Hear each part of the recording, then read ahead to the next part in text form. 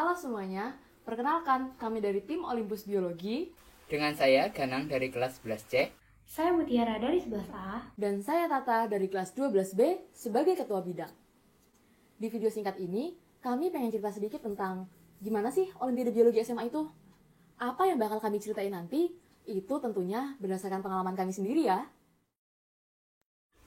Bidang biologi terdapat 7 subbab. Yang pertama ada biologi sel dan molekuler.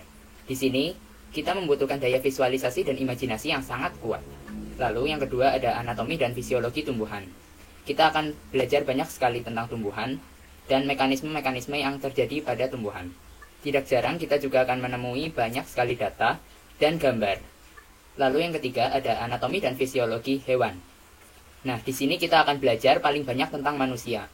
Bagaimana cara kerja dari sistem tubuh manusia maupun hewan-hewan yang lainnya. Selanjutnya ada etologi.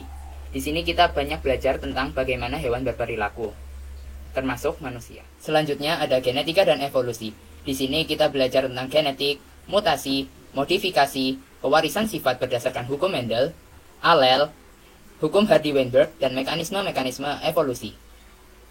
Sebab yang keenam adalah ekologi.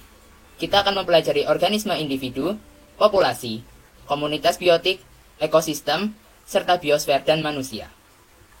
Dan sebab yang terakhir adalah biosistematika. Di sini kita dapat mengetahui bagaimana hubungan antar spesies berdasarkan kesatuan dari nenek moyang mereka. Nah, untuk tipe soalnya itu terdiri atas 50 nomor dengan 4 pernyataan benar salah di setiap nomornya. Lama waktu pengerjaannya itu 3 jam, maka dari itu kita harus bisa memanajemen waktu dengan sebaik mungkin. Dan jangan sampai terpaku hanya di satu nomor saja. Jika merasa kesulitan di satu nomor, bisa dilewati terlebih dahulu. Nah, terkait dengan persiapan menuju Olimpiadenya, hal yang pertama kita harus lakukan setelah terpilih menjadi anggota biologi adalah dimulai dari membaca buku. Karena biologi itu dibangun dari konsep yang bisa kalian dapatkan dari membaca buku. Buku yang pertama kali harus kalian punya dan kalian baca adalah buku Campbell yang satu ini. Ini ada 3 jilid ya.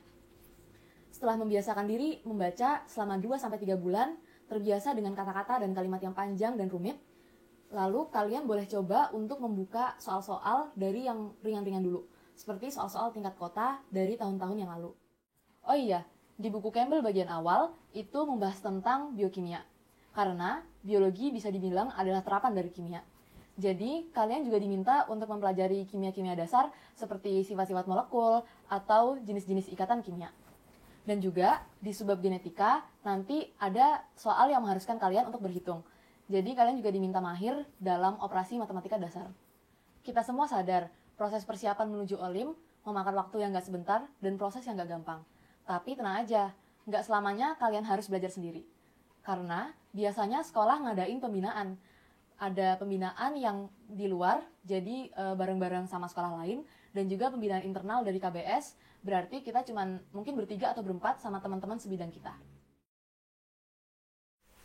Suka duka dalam mengikuti Olimpiade ini, bagi saya sukanya adalah kita dapat outing dari kelas, jadi kita bisa belajar sendiri, tapi sayangnya kita juga harus mengejar pelajaran juga.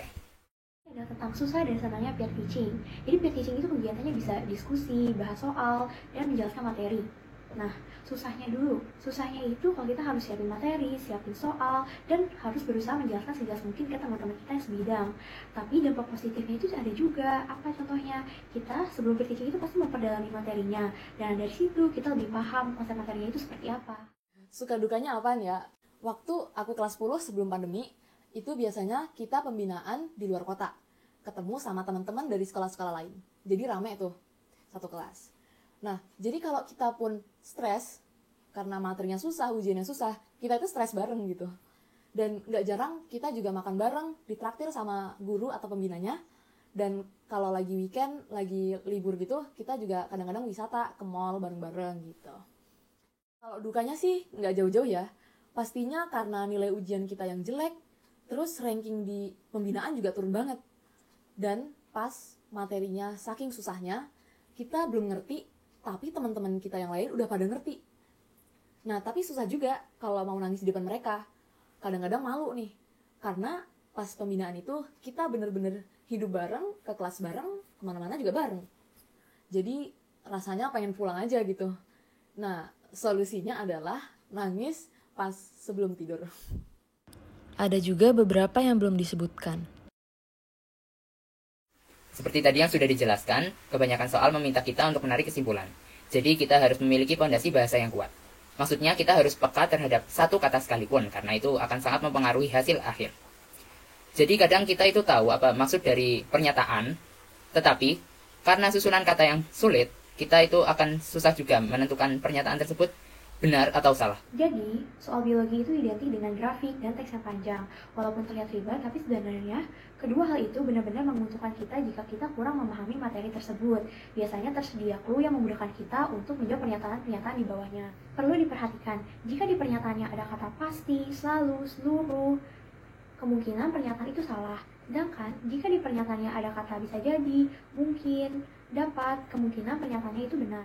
Tips yang terakhir adalah kalian gak harus ngerjain soal secara runtut, selalu dari depan sampai ke yang paling belakang. Bisa aja soal-soal yang di depan itu emang susah, dan kalian ragu atau gak mampu untuk menjawabnya. Takutnya mental kalian kepengaruh duluan, padahal soal-soal yang di belakang yang bisa aja lebih mudah itu menunggu kalian.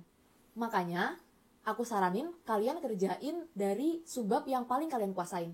Misalnya, kalau aku seringnya ngerjain dari bab ekologi atau etologi. Di biologi, nggak ada yang namanya senioritas. Karena materi-materi biologi dan variasi soal-soalnya itu nggak akan ada habisnya, alias terus berkembang. Jadi, kita semua harus tetap belajar dan diskusi bareng. Sampai jumpa lain kali. Dadah!